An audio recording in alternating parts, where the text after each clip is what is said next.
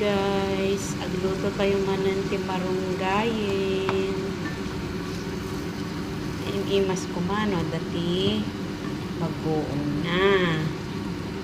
Kaso magbagoong ito ipe kumat agiti paggoong da. Iso nga ginisaan tayo latang ti kamatis.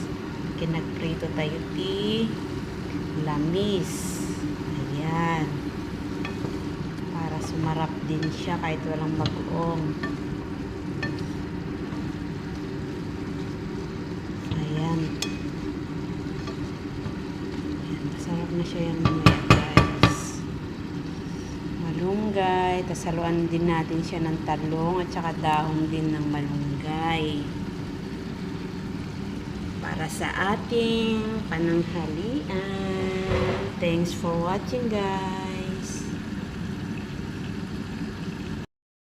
Yan, luto na ang ating ginisang malunggay na may pritong isda. Wow, mapaparami na naman ang kain natin ito.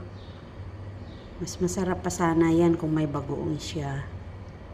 Kaso, mga bagoong naman kasi dito, mga peke. Kaya ginisa ko na lang siya guys.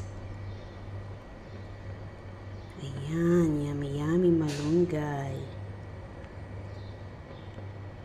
Let's take our lunch guys.